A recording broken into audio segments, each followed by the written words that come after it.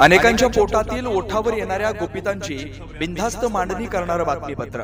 सोलापूर कृषी उत्पन्न बाजार समितीमध्ये कांद्याची मोठ्या प्रमाणात आवक आहे। कांद्याची आवक मोठ्या प्रमाणात झाल्यानं दर घसरले। बाजार समितीमध्ये जवळपास 400 गाड्यांची आवक झाली आहे। आज दिनांक 1 एप्रिल रोजी कांद्याला 1400 ते 1500 रुपये प्रति क्विंटल भाव मिळतोय। कर्नाटक, तेलंगणा, आंध्रमधून मोठ्या संख्येने सोलापुरात येतोय कांदा उत्पादक शेतकरी। निर्यात बंदी अनिश्चित कालावधीसाठी वाढवल्यानं कांद्याचे दर घसरल्याचा शेतकऱ्यांचा आरोप आहे। बोला, मी आज बीड जिल्ह्यातील नेकनूर गावहून सोलापूर या ठिकाणी कांदा विक्रीसाठी घेऊन आलो आहे।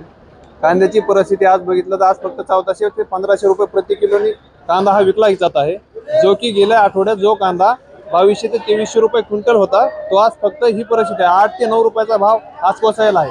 शासनाने जी निर्यात बंदी 31 मार्च पर्यंत केली होती, ती जर का शासनाने 31 मार्च नंतर निर्यात बंदी उठवली असती, ही वेळ कांद्याचे भाव हे आज 35 ते 40 रुपये किलोच्या पुढेही राहिले असते। मात्र केंद्र शासनाने निर्यात बंदीचा कालावधी वाढवल्यामुळे ही आज जी शेतकऱ्यांवर वेळ आलेली आहे, हे दुर्दैव म्हणाला, हे शेतकऱ्यांचे दुर्दैव आहे की केंद्र शासनाच्या तुघलकी निर्णय, चुकीच्या निर्णयामुळे, धोरणामुळे हे वेळ शेतकऱ्यावर येत आहे। त्यामुळे शासनाला विनंती आहे की जे ही निर्यात बंदी तात्काळ हटवावी आणि जे शेतकऱ्याच्या कांद्याची निर्यात बंदी सुरू करावी आणि शेतकऱ्यांना 4 पैसे मिळण्याची वेळ आल्यास केंद्र शासनाने त्यांच्या अन्नात माती मिसळू नये, हीच केंद्र शासनाला विनंती आहे। मी वैभव शिंदे, राहणार नेकनूर, तालुका जिल्हा बीड।